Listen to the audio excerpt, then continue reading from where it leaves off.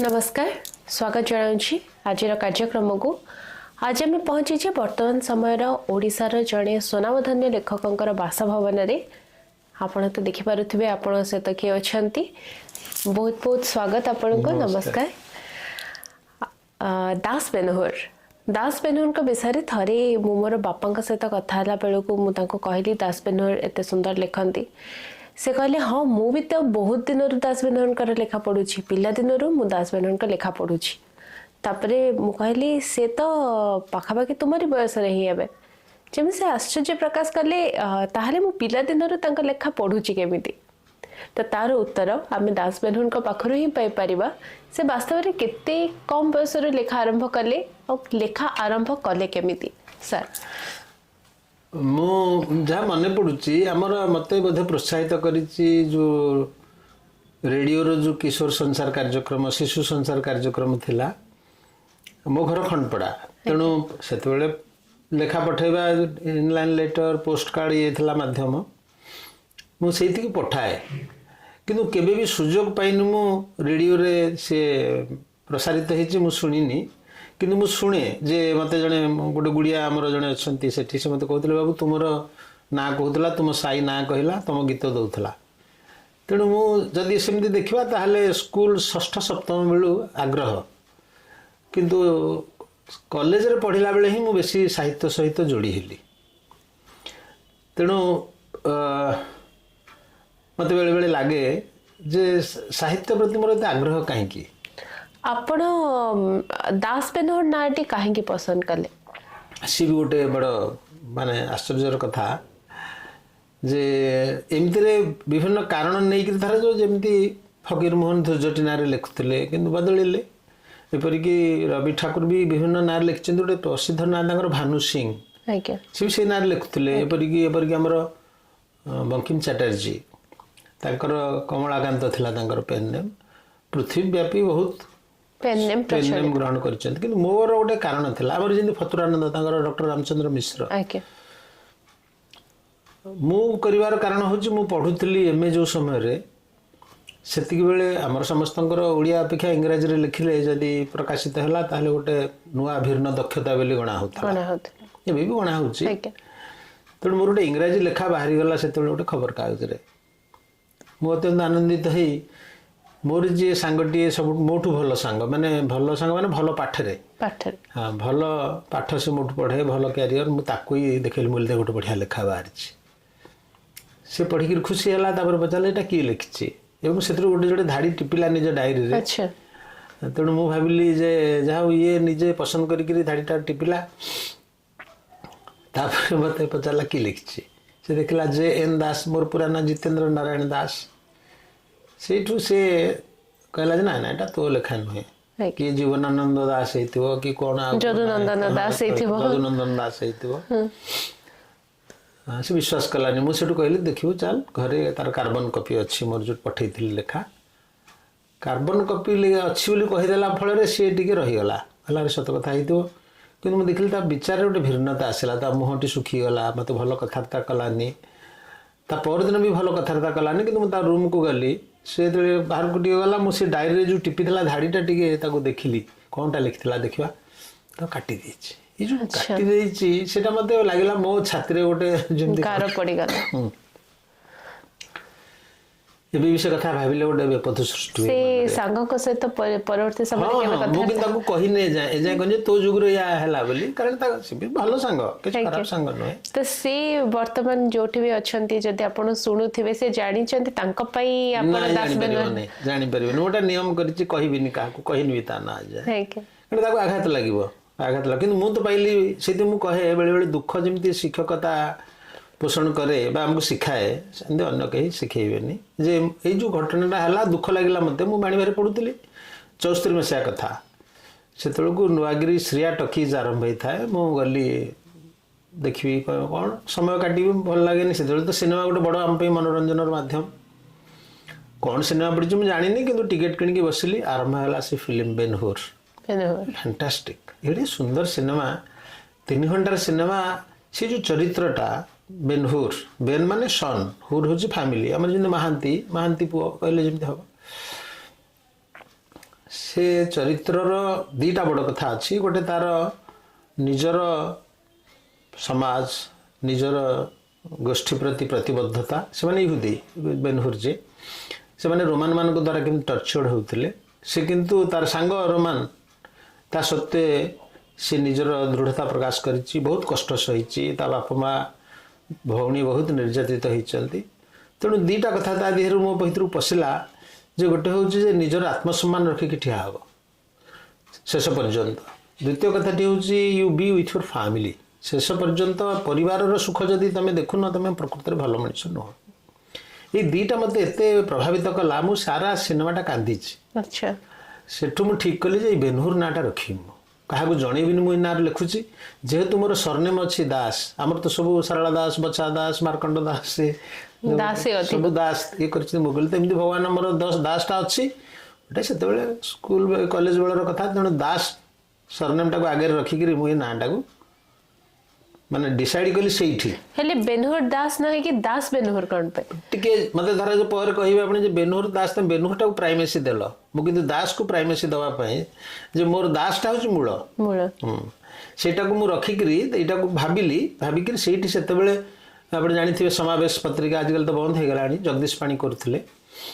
ताकरी press नुआगिरी हेथाय सेही पाखरे quality press मु सिनेमा हॉल रु बाहर को न जाई सेठी गली मुझे कहली आज करी गोटे पैड से लिखी तेणु मुझे पहुँचली पाखे मुझे गोटे पैड करी ना भल कथा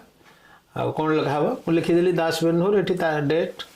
फुल स्केप कागज हम से कहले दास बेनहुर गोटे कौन मुझे कहली आप कौन पाइबे करदे 10टी टंका थी आमर बड़ी थी भोक भी होता है मुझे 10टी टंका देकी सेठी मु चली चली चली चली बाणीविहार सेकेंड हॉस्टेल रोली आसिली तार 2-3 दिन पर मुझे आनिली से पैड आणिकी मु इंग्लिश कविता लिखुली बहुत आड़े पठेची बाहर नाला किसी कौटी किंतु से जो इंग्लिश कविता लिखी ताको टाइप कर से पैड रे मु 2टी पठेली से बाहर था यूथ टाइम्स ऑफ इंडिया गोटे बाहर करते आनिश जंग तार थे एडिटर मु आश्चर्य हेली प्राय बोधे 15 कि 20 दिन पर जो मो रूम 32 थी मोर रूम सेकेंड हॉस्टेल रे से जो कबाट तले गलिला गोटे खाम देखा लिखाई यूथ टाइम्स मणि खोलीदेला ठीक मझी सेंटर स्प्रेड मोर 2टी जाक कविता बाहर दास बेनहुर प्रथम लेखा दास बेनहुर मत एत आनंद लगी क्या कहनी देखनी किंतु गोटे कथा है जे 15 टंका 30 टंका आसला से ये माने पारिश्रमिक देते किंतु मुझे एनकाश कर पारे दास बेनहुर अकाउंट ना अच्छा किंतु से दिन ठारू से ना जेहेतु मत देला गोटे परिचय देला से ना मुझे लिखि चलिली परवर्ती काल में परीक्षा देली भद्रक कॉलेज जाकि अध्यापक हेली से लिखिली ओडिया रे हमर सौरेन्द्र बारिक थे मोर कलिग से मत उत्साहित कले तुम्हें ओडिया रे लिख इंग्लिश रे लिखिले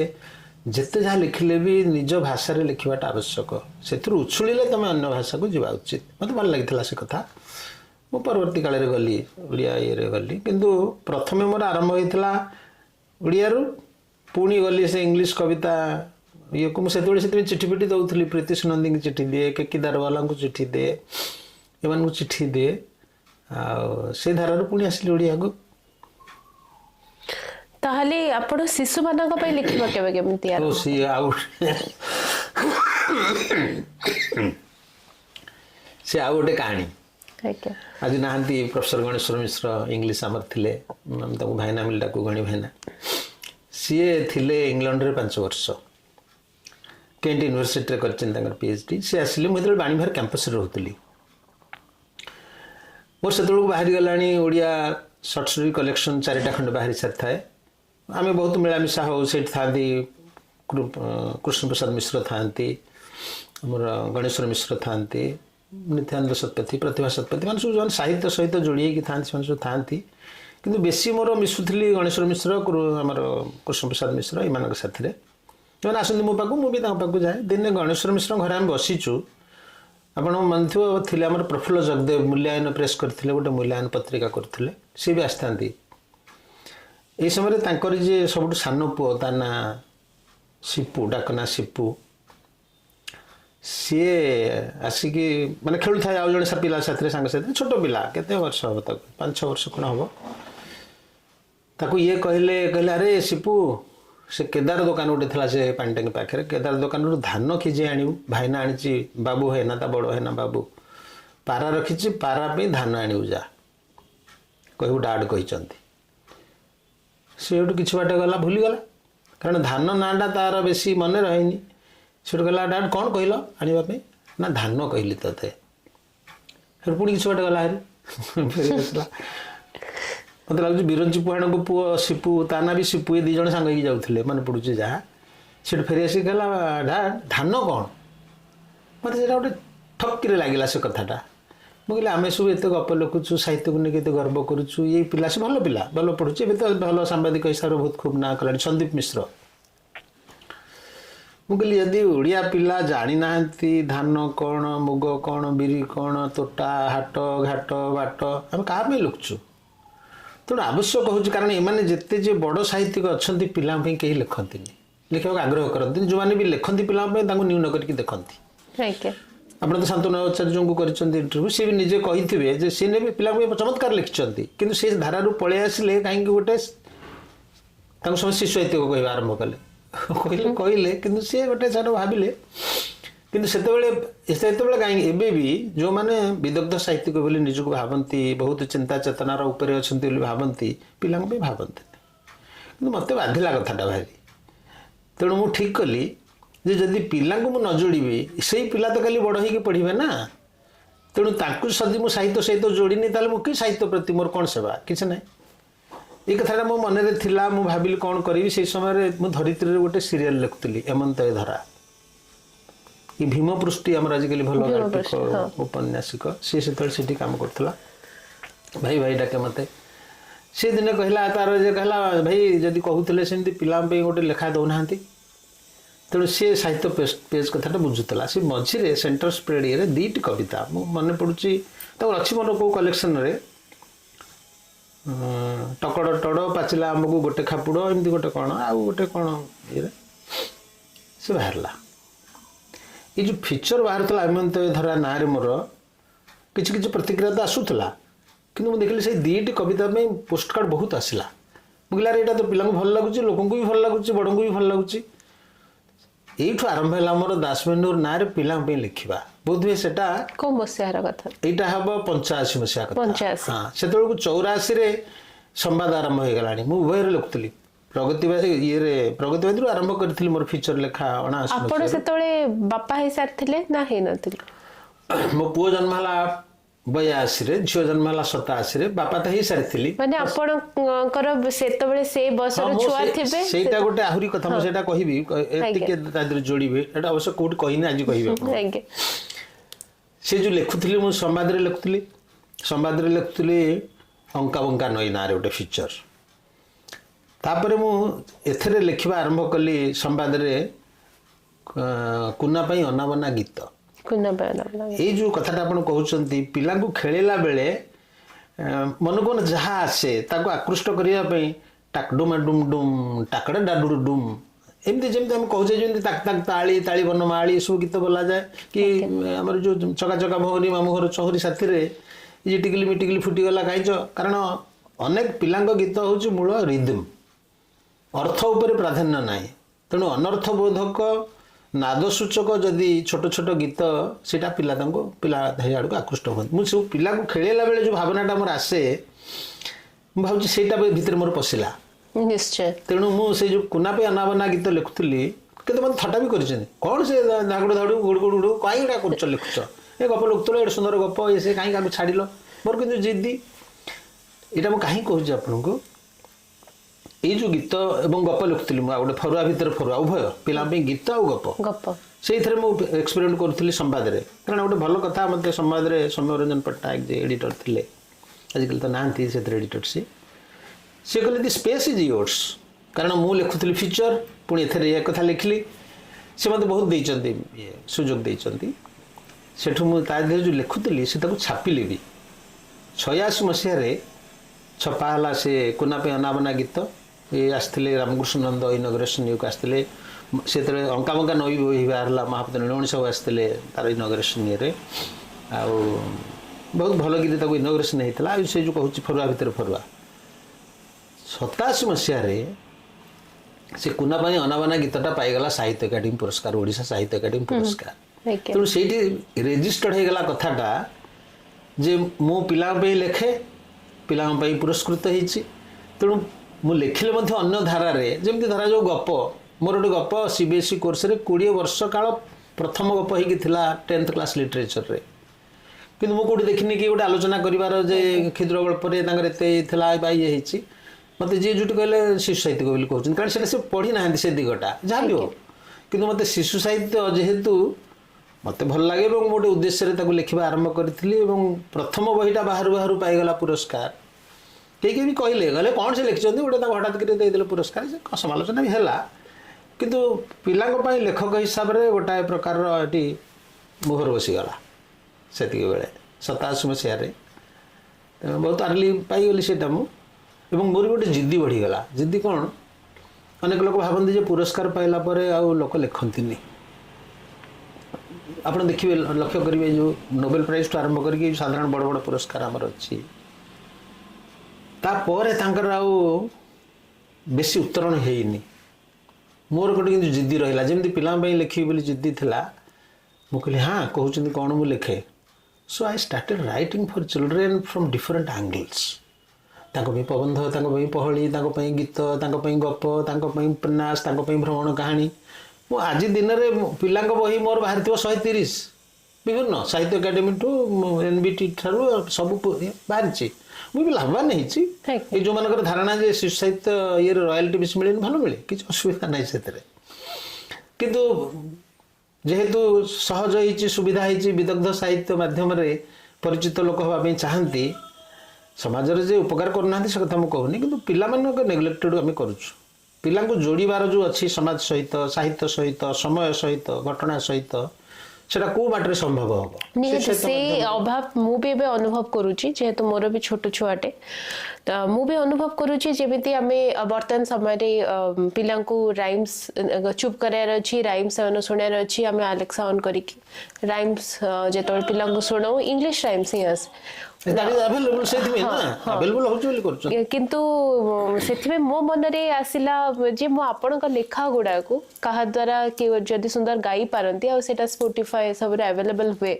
ତାହେଲେ ପିଲାମାନେ କାରଣ ବର୍ତ୍ତମାନ ସମୟରେ ପିଲାମାନେ ପଢିବା ଅପେକ୍ଷା ଶୁଣିବା ଆଲେକ୍ସା ଏସବୁକୁ ବ୍ୟବହାର ଅଧିକ ବଡମାନେ ବି ତେଣୁ ଯଦି ଆପଣଙ୍କର ସେଇ ସୁନ୍ଦର ଲେଖା ଗୁଡିକ ଆପଣ ଯାହା ଆପଣ ବାପା ସମୟରେ ଲେଖିଥିଲେ ତ ସେଇଟା ବର୍ତ୍ତମାନ ମା ଭାବରେ ଗୋଟେ ମୁଁ ବି ଭାବୁଛି ଯେ ମୋ ଛୁଆଟା ସେଟା ପାଏ ଏଇ ଯୋଉ କଥାଟା କହିଲେ ମୁଁ ଆପଣଙ୍କୁ କହିବା ଗୋଟେ କଥା ଆଜ୍ଞା ମତେ ବି ସେତେବେଳେ ସେଟା ଷ୍ଟ୍ରାଇକ୍ କରିଥିଲା ଯେ ଆମର ଯୋଉ ଗୀତ ପାରମ୍ପରିକ ଗୀତ ଅଛି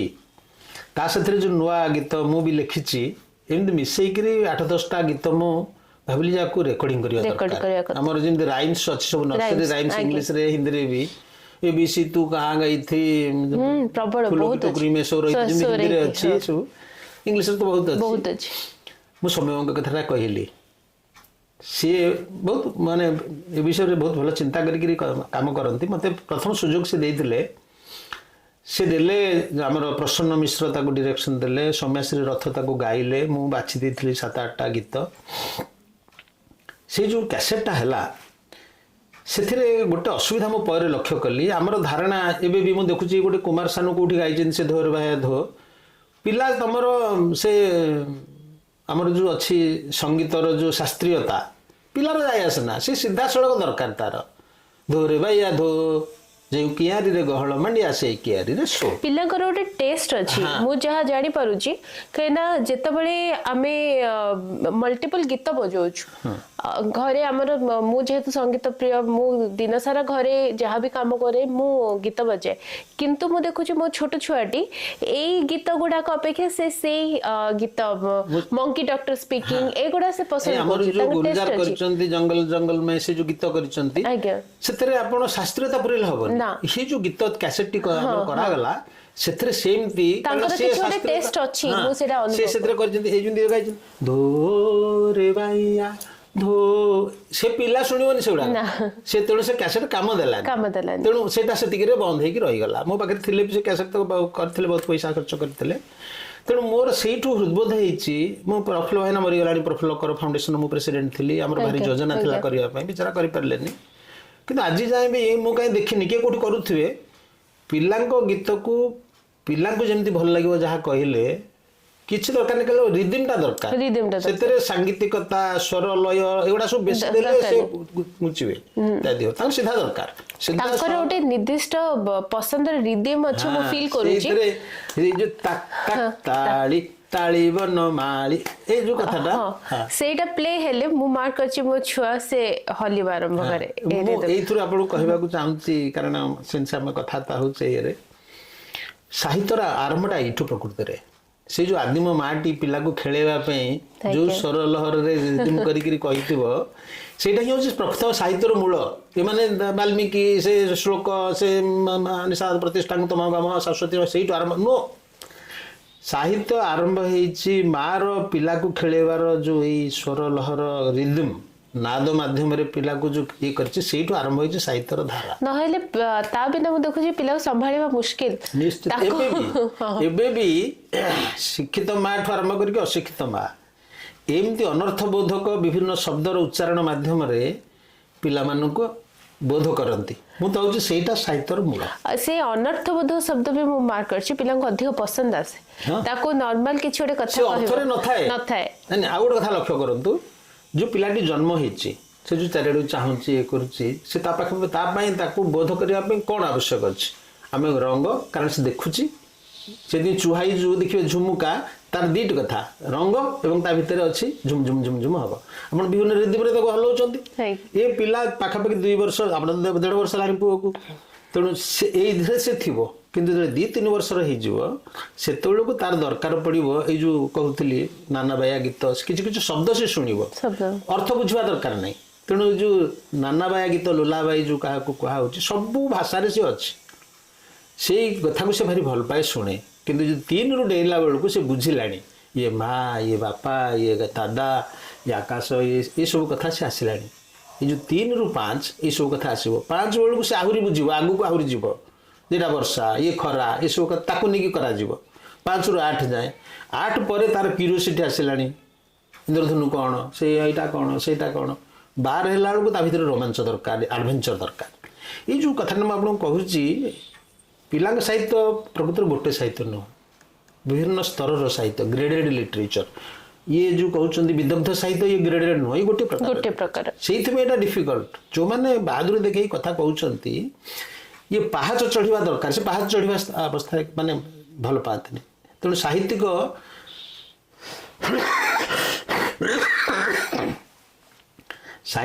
ଯୋଉମାନେ, ମୁଁ ଭାବେ ଏ ଯୋଉ ସ୍ପଣ୍ଟାନିୟସ୍ ଓଭରଫ୍ଲୋ ଅଫ୍ ପାୱାରଫୁଲ ଫିଲିଂସ୍ କୁହାଯାଇଛି, ଓକେ ଠିକ୍ ଅଛି। କିନ୍ତୁ ଏ ସ୍ପଣ୍ଟାନିଟି ସହିତ ଗୋଟେ କମିଟମେଣ୍ଟ ବି ଅଛି। ବଡ଼ମାନଙ୍କ ସାହିତ୍ୟରେ ଆପଣ ଦାୟିତ୍ୱହୀନ ହେଲେ ଚଳିବ, ଯାହା ଲେଖିଦେଲେ ଚଳିବ, ବିଭତ୍ସତା, ଘୃଣା, ଅସୂୟା, ପ୍ରେମର ଅସମ୍ଭବ କଥା, ଅସମ୍ଭବ ପରିକଳ୍ପନା ହେଇପାରେ, କିଛି ଅସୁବିଧା ନାହିଁ। କିନ୍ତୁ ପିଲାଙ୍କ ପାଇଁ ଲେଖିଲା ବେଳକୁ ଆମକୁ ଦାୟିତ୍ୱମୂଳକ ହେବାକୁ ପଡିବ। ଯେମିତି ଆପଣ ଛୋଟ ଛୁଆ ପାଇଁ ଆପଣ ତାକୁ ରାଗ ଦେଇଦେବେ କି, ମସଲା ଦେଇଦେବେ କି? ମୋ ପିଲାଟି 3 ବର୍ଷର କି 1.5 ବର୍ଷର କି ମାସକର, ମୁଁ ତାକୁ କଣ ଦେବି? ମା ଯେମିତି ଜାଣେ, every children's writer is a kind of mother. ମାନେ ତା ଟେଷ୍ଟ ବି ବହୁତ ଭଲ ଆସିବାର ଅଛି, ତାର ନ୍ୟୁଟ୍ରିସନ ପ୍ରପର ରହିବାର ଅଛି, ପିଲାର ପସନ୍ଦ ଦରକାର। ତାର ଶବ୍ଦ, ପୁଣି ଆଉ ଗୋଟେ କଥା ହଉଛି, ଗୋଟେ ଶବ୍ଦ ଜ୍ଞାନ ତାର ଅଛି, ଶବ୍ଦ ସୀମା ଅଛି। ତେଣୁ ଯୋଉମାନେ ବୁଝନ୍ତି, ଏଇ ଯୋଉ ମୁଁ ଦେଖିଛି କିଛି ଲୋକ ଏଇ ଯୋଉ 2ୟ 3ୟ ପିଲାଙ୍କ ପାଇଁ ଗପ ଲେଖନ୍ତି, ସୁତରାଂ, ଯେହେତୁ, ଏଇ ପିଲା ବି ଭାଷାରେ ସୁତରାଂ ନାହିଁ, ସେ ଯେହେତୁ ଲଗେଇ କହେନି, ଏବଂ ଲଗେଇ କହେନି। ତେଣୁ ଏଇଟା ବୁଝିବା ଦରକାର, ତାର ଭୋକାବୁଲାରି କଣ। ବାସ୍। ତେଣୁ ପିଲାଙ୍କ ସାହିତ୍ୟ, ମୋର କଥା ହଉଛି ପିଲାଙ୍କ ସାହିତ୍ୟ ଦାୟିତ୍ୱମୂଳକ ସାହିତ୍ୟ, ଜରୁରୀ ସାହିତ୍ୟ, ଏବଂ ତାର ଆବଶ୍ୟକତା ଅନୁସାରେ ବିଭିନ୍ନ ବର୍ଗର ପିଲାଙ୍କୁ କଣ ଦିଆଯିବ, ସେ ବିଚାରବୋଧ ମଧ୍ୟ ରହିବା ଦରକାର। ତେଣୁ ପିଲାଙ୍କୁ ବୁଝିଥିବା ଲୋକ ହିଁ, ମୁଁ ତ ଭାବେ ପ୍ରତି ମା ଭଲ ସାହିତ୍ୟିକ ହେଇପାରିବ। ଯଦି ତା ଭିତରେ ସେ ଅବବୋଧ ଅଛି, ପୁରୁଷ ଠାରୁ ନାରୀ ପିଲାଙ୍କ ସାହିତ୍ୟ ଭଲ ଲେଖିପାରିବେ ନିଶ୍ଚିତ ଭାବରେ, ଏଥିରେ କହିବାର କିଛି। ଯେମିତି ମୋର ଭାରି ଇଚ୍ଛା ଯେ ଆପଣଙ୍କର ଲେଖା ଗୁଡ଼ିକ ରାଇମ୍ସ ହୁଅନ୍ତା ରେକର୍ଡ ହୁଅନ୍ତା ସେମିତି ଆଉ ଗୋଟେ ବି ମୁଁ ଆବଶ୍ୟକତା ଅନୁଭବ କଲି ଆପଣଙ୍କର ବହି ଗୁଡ଼ାକ ଲେମିନେଟ୍ ଟିକେ ହୁଅନ୍ତା କାରଣ ମୁଁ ଯେତେବେଳେ ମୋ ଛୁଆକୁ ଧରେଇଲି ବହିଟା ତାକୁ ଧରିକି କୋଳରେ ଧରିକି ପଢ଼େଇଲି ସେ ଧରିଲା ଆଉ ଚିରିବା ଆରମ୍ଭ ଆଚ୍ଛା ମୁଁ ଆପଣଙ୍କୁ ଗୋଟେ କହେ ଆଜ୍ଞା ଏଇ ଯୋଉ ଗୁଡ୍ ନାଇଟ୍ ମୁନ୍ ଆଜ୍ଞା କଣ ବା ସେଥିରେ 3-4ଟା 5-10ଟା ଧାଡ଼ି ଅଛି ତା ଦେହରେ ଆଜ୍ଞା ମୁଁ ତ ବିଭିନ୍ନ ଯାଇଛି ଇଂଲଣ୍ଡ ଆମେରିକା ମୁଁ ଆଣିଛି ବହି ମୁଁ ଇଂଲଣ୍ଡ ଯାଇଥିଲି 87 ମସିହାରେ ହଁ ଆପଣଙ୍କର କନା ତିଆରି ବହି ଆପଣ ଫେସବୁକରେ ପୋଷ୍ଟ କରିଥିଲେ ସେଇ ଯୋଉ ବହିଟା ଆଜ୍ଞା ମୁଁ ସେତେବେଳେ ଯାଇଥିଲି କଣ ପଇସା ମୋର ଥିଲା ମୋର ମୋ ପୁଅ ଝିଅ ଜନ୍ମ ହେଇନଥିଲା ହଁ ଝିଅକୁ ମାସକ ରହିଥିଲା ମୁଁ ତାରି ପାଇଁ ଆଣିଥିଲି କୋଉ ମସିହା 87 ମସିହା କଥା ଆଚ୍ଛା 87 ହଁ ମୁଁ ଯାଇଥିଲି ମେରେ ସେଟା ବୋଧେ ଝିଅ ଜନ୍ମ ହେଇଛି ମାର୍ଚ୍ଚ କେତେରେ ଶେଷ ଆଡ଼କୁ ଜନ୍ମ ହେଇଛି 25-26ରେ ଜନ୍ମ 25ରେ ଜନ୍ମ ହେଇଛି ତେଣୁ ତାରି ପାଇଁ ଏମିତି ମାସ କ'ଣ ହେଇଥିଲା ମୁଁ ତାର ପୁରା ହାତର ଗୋଟେ ପ୍ରିଣ୍ଟ ନେଇକି ଯାଇଥିଲି ଫଟୋ ବଦଳରେ ମୋତେ ଏତେ ଧରିଥିଲା କଥାଟା ଯେ ସିଏ ମୁଁ ଆସିଲା ବେଳେ ତା ପାଇଁ ଗୋଟେ କନା ବହି ଆଣିଥିଲି ମୁଁ ଦେଖିଲି ଯାହାର ଯେଉଁ ମୁଁ I stayed with 11 British families ଗୋଟେ ଭଲ ସୁଯୋଗ ମୋ ପାଇଁ ଥିଲା ରୋଟାରୀ ଇଣ୍ଟରନ୍ୟାସନାଲ ଦେଇଥିଲା ସୁଯୋଗ ମୁଁ ସେ କନା ବହି ଆଣିଥିଲି ଆଜି ଅଛି ସେ କନା ବହି ତା ମା ପଢିଲା ସେ ଝିଅ ପଢିଲା ମୋର ବର୍ତ୍ତମାନ ସେ ମା ତା ଝିଅ ବର୍ତ୍ତମାନ ଖେଳୁଛି ସେଟା ଏଇ ଯୋଉ କଥା କହିଲେ ଏଇ ଆଜି ସକାଳେ ସେ ଗୁଡ୍ ନାଇଟ୍ ମୁନ୍ ବହି ତା ଆଈ ତାକୁ ପଢଉଥିଲା ଏତେ ମୋଟା ଲାମିନେଟେଡ ତାକୁ ଫୋପାଡ଼ିଲେ ବି ସେ ଚିରିବନି ତେଣୁ ପିଲାଙ୍କ ପାଇଁ କ'ଣ ବହି ଦରକାର ତିଆରି ଓଡ଼ିଶାରେ ଆମର ହେଇନି ଯାଏ ସେ ଚିନ୍ତା ନାହିଁ କାରଣ ଆମେ ପିଲାମାନଙ୍କୁ ପ୍ରାଧାନ୍ୟ ଦେଇନୁ ଭାଗବତ ପଢେଇବୁ ବା ପିଲା ପିଲା ମତେ ତ ଜଣେ ଯୁକ୍ତି କରି କହିଲେ ବଡ଼ ବଡ଼ ହରଫ ଅକ୍ଷରରେ ଅଳ୍ପ କିଛି ଦେଲେ ପିଲାଙ୍କ ପାଇଁ ସାହିତ୍ୟ ହେଲା ଆଉ କ'ଣ କହିଲି ଆଚ୍ଛା ନା ତେଣୁ ଭାଗବତରୁ ଛୋଟ ଦେଇଦେଲେ 4 ଧାଡ଼ି ସେଟା ପିଲାଙ୍କର ନୁହଁ ଜଣେ ତ ଲେଖିଛନ୍ତି ଆମର ପିଲାଙ୍କ ସାହିତ୍ୟିକ ସେ ଯୋଉ ଭୀମ ଭୋଇଙ୍କର ଅଛି ଲତା ବନେ ବୁଲି ଦେଖ ବେନି ଗୋଟି ପୁଷ୍ପଗୋ କାରଣ ଲତା ବୁଝି ଯାଉଛି ବେନି ଦେଖ ପୁଷ୍ପ ହେଲା ପିଲାଙ୍କର ଆଚ୍ଛା ଏଟା ପିଲାଙ୍କର କିନ୍ତୁ ମୋର କହିବାର କଥା ହଉଛି ପିଲାଙ୍କ ପାଇଁ ଯେତିକି ଭାବନା ଦରକାର ସେତିକି ଭାବନା ନା ଆମ ସମାଜ ଦେଇଛି ତାଙ୍କ ସାଇକୋଲୋଜି ଅନୁସାରେ ଲେଖା ହବା ଦରକାର ନା ଆମ ସମାଜ ଦେଇଛି ନା ସାହିତ୍ୟିକ ମାନେ ଦଉଛନ୍ତି ନା ପରିବାର ବିଭିନ୍ନ ଦେଇଛି ଏ ଯାଏ ଦିଆ ହେଇନି ଆପଣ ମୁଁ ଏଇଠି କହିବାକୁ ଚାହୁଁଛି ଫିନଲାଣ୍ଡ ଏକାଧିକ୍ରମେ 8 ବର୍ଷ ହେଲା ହାପିଏଷ୍ଟ କଣ୍ଟ୍ରି କେବଳ ନୁହେଁ ତାର ଶିକ୍ଷା ବ୍ୟବସ୍ଥା ବହୁତ ଉଚ୍ଚରେ ବୋଲି କୁହାଯାଉଛି ଏ 4 ମାସେ ତାର ଖରା 8 ମାସ କାଳ ଥାଆନ୍ତି ଶୀତରେ ଅମକରେ ଇଏରେ ଥାଆନ୍ତି ପିଲାମାନଙ୍କ ପାଇଁ ତାଙ୍କର ଯେଉଁ ପିଲା ମନସ୍କତା ପିଲାଙ୍କୁ ବଢ଼େଇବାର ଯେଉଁ ଭାବନା ଏଇଟା ଦେଖିବା କଥା ଗୋଟେ ସେ ବି ଜଏଣ୍ଟ ଫ୍ୟାମିଲିରେ ଥିଲେ ତାଙ୍କର ବି ବହୁତ ପରିବର୍ତ୍ତନ ହେଉଛି କିନ୍ତୁ ମୋର ସମଗ୍ର ଏଇ ଯେଉଁ ପିଲାଙ୍କ ପାଇଁ ଲେଖିବା ଉଦ୍ଦେଶ୍ୟଟା ହେଉଛି କେବଳ ଯେ ଆମେ ପିଲାମାନଙ୍କୁ ଆର୍ଲି ଷ୍ଟେଜରୁ ଆରମ୍ଭ ବେଳୁ ସାହିତ୍ୟ ସହିତ କେବଳ ନୁହଁ ସାହିତ୍ୟ ମାଧ୍ୟମରେ ସମାଜ ସହିତ ଯୋଡ଼ିବା ଧରାଯାଉ ଗୋଟେ ପ୍ରଜାପତି କି ନେଇକି ଗୋଟେ ଛୋଟ ଉପନ୍ୟାସ ଲେଖା ହେବ ପ୍ରଜାପତି କେମିତି ଜନ୍ମ ହେଉଛି ତାର ଜନ୍ମ ବୃତ୍ତାନ୍ତ ଠାରୁ ଆରମ୍ଭ କରି ସେ କେମିତି ବଗିଚାରେ ବୁଲୁଛି କେମିତି ବିଭିନ୍ନ ଫୁଲକୁ ଦେଖୁଛି ଫୁଲମାନଙ୍କ ସମ୍ପର୍କରେ କହୁଛି ମୁଁ ଲେଖା ହେଇଛି ଏମିତି କଥା ଲେଖା ହେଇଛି ମାଛ ଗଛ ଫୁଲ ଯେକୌଣସି ବିଷୟରେ ଲେଖାଯାଇପାରିବ ପିଲାଙ୍କ ପାଇଁ ଚୌକି ବିଷୟରେ ଲେଖାଯାଇଗଲେ ବି ଚୌକିଟିକୁ ଗୋଟେ ବ୍ୟକ୍ତିତ୍ୱ କରିଦେଇ ଯେ ଚୌକି ବସିଥିଲା ତା ଉପରେ ଆସି ଜେଜେବାପା ବସିଲେ ଜେଜେବାପା ଟିକେ ମୋଟା ଚୌକି କହୁଛି କ'ଣ ଏମିତି ତରବର ହେଇକି ବସୁଛ ମୋ ରହିଲେ ହାତ ଭାଙ୍ଗି ଯାଇଥାନ୍ତା ଏଇଠୁ ପିଲାର ଗୋଟେ ଆରମ୍ଭ ହବ ଆଗ୍ରହ ତେଣୁ ପିଲାଙ୍କ ପାଇଁ ପ୍ରକୃତରେ ମୁଁ ଭାବେ ବିଦଗ୍ଧ ସାହିତ୍ୟର ତ ବହୁତ ଜରୁରୀ ଆବଶ୍ୟକତା ଅଛି ଏଟା ତ ମନା ନାହିଁ କିନ୍ତୁ ପିଲାଙ୍କ ସାହିତ୍ୟର ତାଠୁ ଅଧିକ ଆବଶ୍ୟକତା ଅଛି ସମାଜ ପାଇଁ ନିହାତି ତ ପିଲାଙ୍କ ପାଇଁ ଆପଣ ଆଗକୁ ଆଉ କ'ଣ କରିବା କଥା ଚିନ୍ତା କରୁଛନ୍ତି ପିଲାଙ୍କ ପାଇଁ ତ ବହୁତ କଥା କରିବାକୁ ଅଛି ମୁଁ କହିଛି କରିନି ତେଣୁ ଆମର କୁଆଡ଼େ କୁହାଯାଏ ଯେ ଯାହା କହିଦେବ ସେଇଟା କାର୍ଯ୍ୟକାରୀ ହେଉନି ଗୋଟେ କହୁଛି ସାଧାରଣ କଥା ଆମର ଗୋଟେ ଅତି ସହଜରେ ମୁଁ ନେଇକି ଯାଇଥିଲି ଆମେରିକା ମୋର ବଡ଼ ନାତି ପାଇଁ ଦାସକାଠିଆ ତିଆରି କରିକିରି ଏ ଯେଉଁ ଝୁମୁକା ଲାଗିଥିବ ଶିଶୁ କାଠର ମୁଁ ଟିକେ ଟିକେ ଏମିତି କରିକିରି ଗଲି ନେଇକିରି ଅବଶ୍ୟ ସେଟା ମୋର ଗୋଟେ ହେଇପାରେ ଗୋଟେ ଗାଉଲିଆ ମନୋଭାବ ତା ଦେଖନ୍ତୁ ଗୋଟେ 2ଟା କାଠି ଓଡ଼ିଶାରେ ଆମର ଅଛି ଦାସକାଠିଆର ପରମ୍ପରା ବାହାରି କୋଉଠି ଥିବ ଆପଣ ଗୋଟେ ଗୀତକୁ ସେଇ ଇଏରେ ଗୋଟେ ବିଲୁଆ ବିଷୟରେ କହିବେ ତା ଖିଟି ଖିଟି ଖିଟି ବିଲୁଆ କହିଲା ଯାଉଛି ଲଟି ସେଇଠି ଭେଟି ଅମକ ତାକୁ ଇଏ କରିବ ତାର ଗୋଟେ ସହଜରେ ଗୋଟେ କାରଣ ବାଜା ସାଥିରେ ଗୋଟେ ଗୀତ ଯେତେବେଳେ ଚାଲିବ ପିଲା ବାଜାକୁ ଆକୃଷ୍ଟ ହେବ, ସେ ଶବ୍ଦକୁ ଆକୃଷ୍ଟ ହେବ, ତା ଭିତରେ ଯଦି କାହାଣୀଟି ଅଛି ତାକୁ ବି ଆକୃଷ୍ଟ ହେବ। ତେଣୁ ମୁଁ ଭାବେ ପିଲାଙ୍କ ଗୀତକୁ ନେଇକି ଦାସକାଠିଆ ହେଇଛି କି? ହେଇନି। ନା ଗାନ୍ଧୀକି ତୁମେ ପହଞ୍ଚେଇବ, ଗୋପବନ୍ଧୁଙ୍କୁ ପହଞ୍ଚେଇବ, ଓଡ଼ିଶାକୁ ପହଞ୍ଚେଇବ, ଛୋଟ ଛୋଟ ପାଲା 10 ମିନିଟିଆ ପାଲା ତିଆରି ହେଇଥିବ, ଦୁଇ ଜଣ ଟିକେ ତା ଭିତରେ ରସିକତା କରିକି ହ୍ୟୁମର କରୁଥିବେ ପିଲାଙ୍କ ପାଇଁ ପାଲା ହେଇଛି। ବଡ଼ରେ ଯାଇଛନ୍ତି ପିଲାଙ୍କ ପାଇଁ ନାଟକ ଯାଏ ଏକାଜ୍ଞା ବହୁତ ସେ କମ୍ ମଧ୍ୟ। ମୁଁ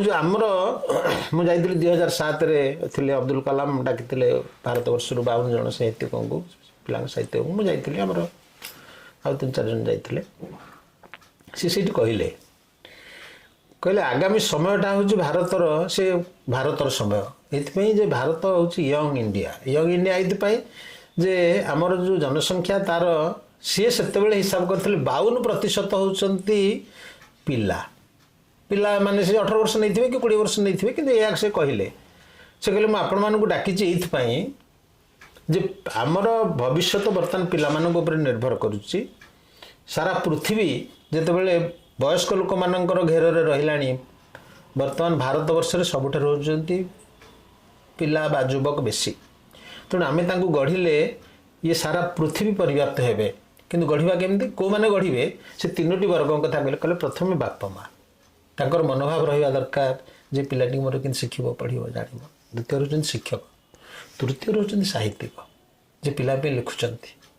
ଯେଉଁଟା ମୋର ବଡ଼ କ୍ଷୋଭ, କହିଲେ କିଏ ଖରାପ ଭାବିବେ, ମୋତେ ଟିକେ କହିଲେ ଆଜି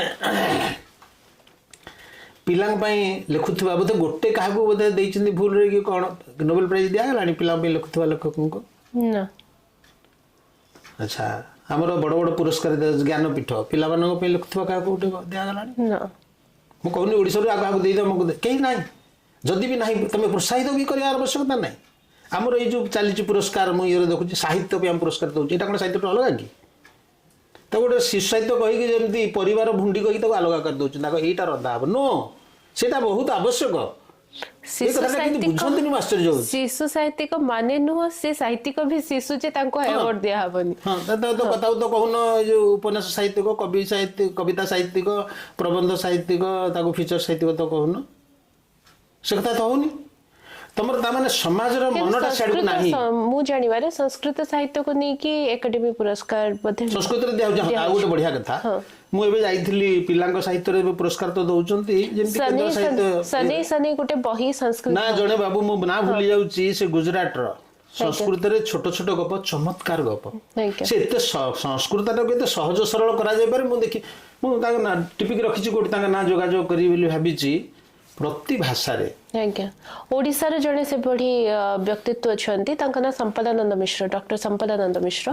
ସେ ଗୋଟେ ବହି ଲେଖିଲେ ସନେଇ ସନେଇ ସଂସ୍କୃତ ସାହିତ୍ୟ ପିଲାଙ୍କ ପାଇଁ, ସେ ବି ପୁରସ୍କୃତ ହେଲେ।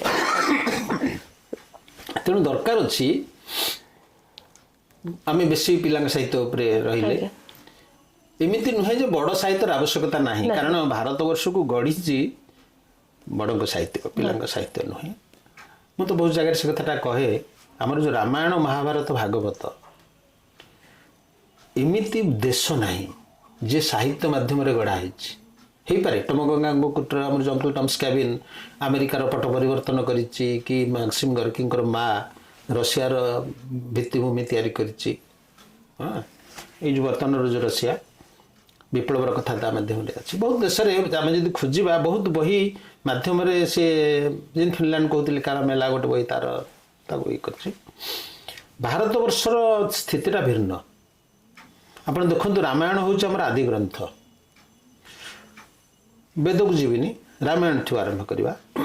ବେଦ କହିଲେ ତ ଆହୁରି, ପୃଥିବୀ ତ ଯେତେବେଳେ ଆଖି ଫିଟେଇ ନଥିଲା, ଭାରତର ଆଖି ଫିଟିଛି ସେତେବେଳୁ।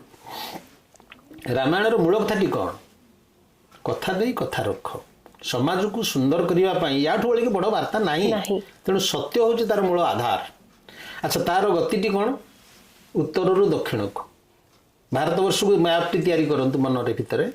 ଉତ୍ତରରୁ ଦକ୍ଷିଣ ସତ୍ୟର ଆଧାରରେ ଗୋଟିଏ କାହାଣୀ ଲେଖା ହେଇଛି। ସେ କାହାଣୀ ତ ନୁହଁ, କାହାଣୀ ପୁଞ୍ଜ। ରାମାୟଣ ଆକ୍ଚୁଆଲି ସେ ରାମ, ସୀତା, ରାମ, ରାବଣ, ହନୁମାନ ସବୁ ବଡ଼ କଥା, କିନ୍ତୁ ମୂଳ କଥାଟି ହେଉଛି ସତ୍ୟ। ଯାହା କହିଛ ତା ରଖ। ସେ ତାପରେ ଆସିଛି ମହାଭାରତ। ମହାଭାରତରେ ପୁଣି ପଶ୍ଚିମରୁ ପୂର୍ବକୁ କନ୍ଦାହାର, ଗାନ୍ଧାର, ଏପଟେ ମଣିପୁର, ବବ୍ରୁବାହନ ଉପାଖ୍ୟାନ। ये जो दीट जो मिलित हो ता देहरे यहाँ हूँ कौन आप कहले यहाँ सत्य कथाटा कहूँ सेमती यहाँ राष्ट्र धर्मर कथा कहूँ महाभारत किंतु ता भितर पुर पिठा भितर पुर भाया अच्छी गीता गीता हूँ जीवन धर्मर कथा सारा पृथ्वी ताको ग्रहण करुच्ची खाली जदि नहीं जावा आम हिंदू गॉड ये ना गुड़ा को ट्रेमेंडस सिकुलारिटी टाइज ऑन लाइफ एवं ये दीटा जो मिलित होती गार पकईदेवे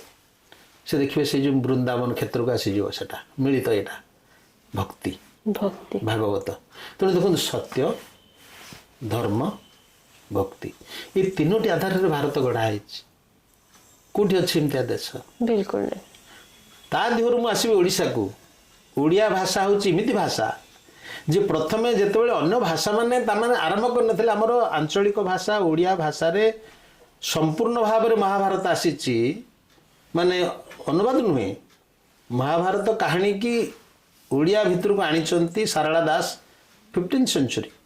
अन्य को भाषा भारतवर्ष से नहीं प्रथम हूँ ओडिया कारण ये तीनोटी ग्रंथ तापर देखो रामायण को आणुचंती बलराम दास दांडी रामायण जोटा जगमोहन रामायण तापर सांगे सांगे सेतिकी बेल को आणुचंती जगन्नाथ दास भागवत एमती पाइबे को भाषा रे ओडिया भाषा रे सेटा अछि रामायण आसी महाभारत आसी भागवत आसी तापर तो बहुत आसीचंती तेणु मोर कहबार कथा होची जे भारतवर्ष गढ़ाई साहित्य माध्यम ओडिशार मध्य ता देहरे योगदान अच्छी हो पारे चर्चा गीतिकार आरंभ होती आमर चर्चा गीति ये सब कथा आरंभ होती आमर जो रहस्यवाद पंचसखा बेले से तो आरंभ होती भक्ति संगीत रीतियोग्य संगीत आम बर्तमान आधुनिक साहित्य भितर को आसीचे किंतु सेठी बर्तमान बेसी देखुची पाश्चात्य जगतर छाप आपण जहाँ को विद्वान विदग्ध साहित्य रे से आपको दि चारि पद कथा कह आप डेरिडा डिकन्स्ट्रक्शन विषय जानते नहीं साहित्य कौन जानते आप मैजिक रियलिज्म विषय जानते नहीं साहित्य किसी जानी ना स्ट्रीम ऑफ कन्सियसनेस यार जे आवश्यकता नहीं मुझे मना करनी कि तुम सांगे सांगे आनी आरोप कर कहीं हठात एठू कौन जा भारत वर्ष 10,000 वर्षर सभ्यता तार ये सबुठ बेसी लोकसंख्या थिबा देश 144 कोटी बोली कौन कहले ये कोटी 5 कोटी कोटी 7 कोटी कोटी 8 कोटी है साहित्य बहुत उच्चांग साहित्य तुमर कौन दे जाए सेठिकी तुम हेटू डेरिडा कहले या सी अमक कहले या समक कहले ठीक अच्छे तुम्हें कौन देच आज जे निजक विद्वान भावुची से कहूँ जे मुझे पाश्चात्य जगत दी चार्टा कथा उद्धार कर दे पारली ताहले मु पंडित जदि मु पढ़िनी ओडिया प्राचीन साहित्य जाय आसना मुझे भारतीय साहित्य भी पढ़िनी जाय आसना एटा होची साहित्यर वर्तमान असुविधा कथा ताहले आपण भविष्य रे ए असुविधा को दूरीकरण पे अधिक प्रयास करिया को चाहती ना शिशु साहित्य पे अधिक ना शिशु साहित्य तो चली मु कहली जेमती भात खाइला बेले आमे भात खाउचे डाली खाउचे तरकारी खाउचे चटणी भी खाउचे आज्ञा ता अर्थ न आपण मते कहबे आपण कोन आगो को चटणी खाइबे मु कहै नै चटणी खाइबी किंतु तरकारी भी खाइबी भजा खाइबी भात खाइबी सेति पे मोर इच्छा अछि आगो को पिला पे तो लिखिबी पिला पे सबस्त कथा को छुईबा को मोर मन अछि किंतु बहुत आवश्यक अछि वर्तमान उपन्यास गप उपन्यास कारण भारत वर्षर ज्ञान परिवर्धन होइछि गप माध्यम रे ए जो पुराण गुडा कोन की गपपुंज गोटे तत्व को कहवाई ये जो अष्टादश पुराण सबु पुराण भितर गोटे तत्व अच्छी बुझेवाई गुड़िए कहानी कहुई गुंथा कहानी माध्यम रामायण भी से महाभारत कहानी तो बहुत कथा मु तो भावे से कहानी होची वेस्ट रे कहानी होची जीवन संघर्षर कथा आम जीवन बोधर कथा जीवन चर्चार कथा सेमती उपन्यास रे मुझे कहली सेठी घटी तेणु आम ये घटेबू जन उपन्यास लिखले गोटे उपन्यास यहाँ गोटे उपन्यास ना अमेरिका एमती गोटे अच्छे अरे अमेरिकार अच्छी कि आम लोक मैंने आम उठिलु कौटू हठात कर देखिए आमर जो भक्ति जुगरू इडिया मारे सागे सागे आधुनिक जुग को टीएसएल आसीगले से बदलियार आसीगले से अमुक आसीगले समक आसीगले तुम्हें कौन उठिल तुम्हें कौ पहाच चढ़ल तेणु आज जमी आम पोशाक खाइबार ये सब यूरोप आसिक पशि सारी आम टाई कोट जब मुझे भिड़ी ताल आप स्मार्ट दिशुंट मुझे लुगाटी पिंधाती कौन गोटे पिंधुंट गोटे गावलिया आप पसंद भी हेनी तेणु आम भाषाटा न्यून लगुच आम पोशाक न्यून लगुच आम खाइबा न्यून लगुच गोटे हवा कथा नुहे तेणु जो उपन्यास जीवन बोधर कथा लिखबार अच्छी ଆମର ବର୍ତ୍ତମାନ ପାରିବାରିକ ଜୀବନ ବାପା ମା ଆପଣ ଦେଖିଛନ୍ତି ଗୋଟିଏ କୋଉଠି କିଏ ଶାଶୁକୁ ନେଇକି ଉପନ୍ୟାସଟି ଲିଖିଛି ନା ଓହୋ ଯିଏ ତମ ଘରକୁ ଆସିଲା ସଂସାରଟା ଚଳେଇଲା ଯିଏ ଯୋଉ ମାଟି ତା ଜନ୍ମ ଦେଲା ସେଇ ଝିଅଟିକି ସଂସ୍କାର ଦେଇକି ପଠେଇଛି ଯୋଉ ସଣ୍ଟଣା ଶବ୍ଦ କହୁଛନ୍ତି ସେ କୁଆଡ଼େ ଗଲା କେହି ତ ଲେଖି ନାହାନ୍ତି ଓଲଟି ଥଟ୍ଟା କରାହଉଛି ଏବେ ମୁଁ ଦେଖୁଛି ସେଇ ୱେଷ୍ଟର ଦେଖିକିରି କାରଣ ଗୋଟେ ଗଛ ଅଛି ଆପଣ ଦେଖିଥିବେ ତାକୁ କହୁଛନ୍ତି ମଦର ଇନ୍ ଲ ଷ୍ଟଙ୍ଗ ଆଚ୍ଛା ଏଇ ଗୋଟେ ସର୍ପେଣ୍ଟ ଏଇ ଯୋଉ କ'ଣ ତାକୁ କହୁଛନ୍ତି ସର୍ପେଣ୍ଟ୍ରି ନା କ'ଣ ଭଲ ଅକ୍ସିଜେନ୍ ହେବ ସେ ଗଛର ନାଁ ଏଇଆ ଆଚ୍ଛା ସେଠି ଥଟ୍ଟା କରନ୍ତି ତାଙ୍କର ଶାଶୁ ଫାଶୁ ତାଙ୍କୁ ଥଟ୍ଟା କରାଯାଏ ଏଠୁ ଦେଖିକିରି ଏବେ ଗୋଟେ କ'ଣ ସେ ସିରିଆଲ କରୁଛି ସେ ଲୋକ ବହୁତ ପ୍ରସିଦ୍ଧ ହେଇଛି କମେଡ଼ିଆନ୍ ସେ ତାର କାମ ହେଲା ତା ଶାଶୁ ଶ୍ୱଶୁରଙ୍କୁ ଖରାପ କଥା କହିବା ଥଟ୍ଟା କରିବା ତା ସେଇ କଥା ଦେଖେଇକି ତା ସ୍ତ୍ରୀକି ନିନ୍ଦା କରିବା ଏଇଟା କ'ଣ ଚାଲିଛି ଭାରତବର୍ଷରେ ମଦର ଯେମିତି ମା ଯେମିତି ମା ଆମର ଦିଟା ମା ମୁଁ ପରିବାର କରିଛି ଆପଣ ବି ବାହା ହେଇଛନ୍ତି ମୁଁ ବି ବାହା ହେଇଛି ମୋ ମା ଯେମିତି ମୋ ପାଇଁ ମୂଲ୍ୟବାନ ମୋ ସ୍ତ୍ରୀର ମା ମଧ୍ୟ ତା ପାଇଁ ମୂଲ୍ୟବାନ ଏବଂ ଆମ ଉଭୟଙ୍କ ପାଇଁ ଉଭୟ ମା ମୂଲ୍ୟବାନ ଯଦି ତା ନ ହେବ ତାଙ୍କ ପାଇଁ ମୋ ମା ଏବଂ ମୋ ପାଇଁ ତାଙ୍କ ମା ମୂଲ୍ୟବାନ ନହେବେ ସଂସାର ଚାଲିବନି ଏ ସଂସାର ତିଆରି ହେଇଛି ଏଇଥିରୁ ଆମ ସାହିତ୍ୟରେ କୋଉଠି ଦେଖିବେନି ମୁଁ ଭାବେ ଏ କଥାରେ ଆସୁନି କେମିତି ମନ ଭିତରକୁ ତେଣୁ ଏମିତି ଅନେକ କଥା ଅଛି ଜୀବନବୋଧର କଥା ଯାହା ସମାଜକୁ ସୁନ୍ଦର କରିବ ସଜାଡ଼ିବ ଆମେ ସବୁ ଦିଗକୁ ଦେଖୁନୁ ଆମେ ଏଠି ନିଜ ଚାରିପଟକୁ ନ ଚାହିଁ ଲୋକ ରିଟାୟାର କରୁଛନ୍ତି କ'ଣ ଭାଇ ଆପଣଙ୍କର ପ୍ଲାନ୍ ନା ୟୁରୋପ ଭ୍ରମଣରେ ଯାଉଛି ନିଜ ଗାଁ ଚାରିପଟେ ଦେଖିନଥିବେ ଲାଜ ବି ଲାଗେନି ଓଡ଼ିଶା ଦେଖିନଥିବା ଲୋକ ଅଛନ୍ତି ବହୁତ କେହି ଦେଖିନାହାନ୍ତି ଓଡ଼ିଶା କିନ୍ତୁ ଆପଣ ଆଜି ନିଅନ୍ତୁ ଗୋଟେ ଷ୍ଟାଟିଷ୍ଟିକ୍ସ ୟୁରୋପ ଭ୍ରମଣରେ ଯାଉଛନ୍ତି ହଁ ଏଇଟାକୁ ଭାଙ୍ଗିବାର ଅଛି ଓଡ଼ିଶା ବୁଲିକିରି ଗୋଟେ ଲୋକ ଓଡ଼ିଶା ଉପନ୍ୟାସ ଲେଖିବାର ଅଛି ଜଗନ୍ନାଥଙ୍କୁ ନେଇ ଉପନ୍ୟାସ ଲେଖିବାର ଅଛି ନଦୀମାନଙ୍କୁ ନେଇ ପାହାଡ଼ମାନଙ୍କୁ ନେଇ ଏସବୁକୁ ନେଇ ଲେଖିବାର ଅଛି ଜୀବନବୋଧର କଥା ଲେଖିବାର ଅଛି ମୋ ବିଚାରରେ ଯାହା ଲେଖା ହେବା କଥା ପ୍ରକୃତରେ ଲେଖା ହେଇନାହିଁ ଗୋପୀନାଥ ମହାନ୍ତି ନଥିଲେ ଆଦିବାସୀ ଜୀବନ କଥା ଆସିନଥାନ୍ତା ଆମ ପାଖକୁ ସେମିତି ଆମେ ଗ୍ରାମ୍ୟ ଜୀବନରୁ ଦୂରେଇ ଆସିଲେଣି ଏବେ ବି ଲୋକ ଭୁଲି ଯାଉଛନ୍ତି କାଲି ଜଣେ ମୋ ସହିତ ଯୁକ୍ତି କରୁଥିଲେ କହିଲେ ଏଆଇ ଆସିଲା ସବୁ ଚାକିରି ନେଇଯିବ ମୁଁ କହିଲି ନେଇଯାଉ ଚାକିରି କେତେ ପରସେଣ୍ଟ ଲୋକ ଚାକିରିରେ ଅଛନ୍ତି ଆପଣ ହିସାବ ରଖିଛନ୍ତି ଓଡ଼ିଶାରେ କେତେ ପରସେଣ୍ଟ ଲୋକ ସରକାରୀ ଚାକିରି କରନ୍ତି କେତେ ଲୋକ ପ୍ରାଇଭେଟ ଚାକିରିରେ ଅଛନ୍ତି ତାଠାରୁ ଦୂରରେ କେଉଁମାନେ ଅଛନ୍ତି ତାଙ୍କ କଥା ତ ଦିନେ କହୁନାହାନ୍ତି 80% ଲୋକ 78% ଅଛନ୍ତି ଚାଷରେ ତାଙ୍କ କଥା ତ ଲେଖୁନାହାନ୍ତି ତାଙ୍କୁ ନେଇ ଉପନ୍ୟାସ ଲେଖା ହେଉଛି ହେଇଛି କିଛି କଥା ଆମେ ସହର କେନ୍ଦ୍ରିକ ହେଇଯାଉଛେ ମୁଁ ବି ସହରରେ ଆସିକି ରହିଛି କିନ୍ତୁ ତାର ଅର୍ଥ ନୁହଁ ଗାଁକୁ ଆମେ ଭୁଲିଯିବା ଠିକ ଗାଁର ଅର୍ଥନୀତିଟାକୁ ଯଦି ଭାଙ୍ଗିଦେବେ ନା ଏଆଇ ଆପଣଙ୍କୁ କହୁଛି ଧାନ ଚାଉଳ କରିକି ଦେବନି ଆପଣଙ୍କୁ ଧାନ ଗହମ କରିକି ସବୁ ଅନ୍ୟ କଥା ସବୁ ଦେଇଦେବ ଆପଣ ବି ଉପନ୍ୟାସ ଲେଖିଦେବ ଗପ ଲେଖିଦେବ କିନ୍ତୁ ଧାନ ଗହମ ରୁଟି ତିଆରି କରିକି ଦେଇଦେବନି ଏଆଇ ଏଇ ଯେଉଁ କଥା ଗୁଡ଼ାକ ଜୀବନର ପରିବର୍ତ୍ତନ ସହିତ ଆମକୁ ବିଜ୍ଞାନର କଥା କହିବାକୁ ପଡ଼ିବ ଜୀବନର କଥା କହିବାକୁ ପଡ଼ିବ ସମାଜର ଅବବୋଧର କଥାକୁ ବିସ୍ତାରିତ କରିବାକୁ ପଡ଼ିବ ନହେଲେ ଜୀବନ ସୁନ୍ଦର ହେବ ନାହିଁ ଠିକ କଥା ତେବେ ଆଲୋଚନାକୁ ଆଜି ଏଇଠି ଶେଷ କରିବା आज बहुत नुआ कथा आम जाना पाइले आ बहुत सुंदर कथा जाना पाइले जीवन में जोड़ा साहित्य क्षेत्र में प्रयोग हवा बहुत जरूरी अनेक कृतज्ञता सर आपण हमको समय देले बहुत बहुत धन्यवाद मन फुटी कथा कहबे सुजोग मिलला भलो होला अनेक धन्यवाद सर नमस्कार।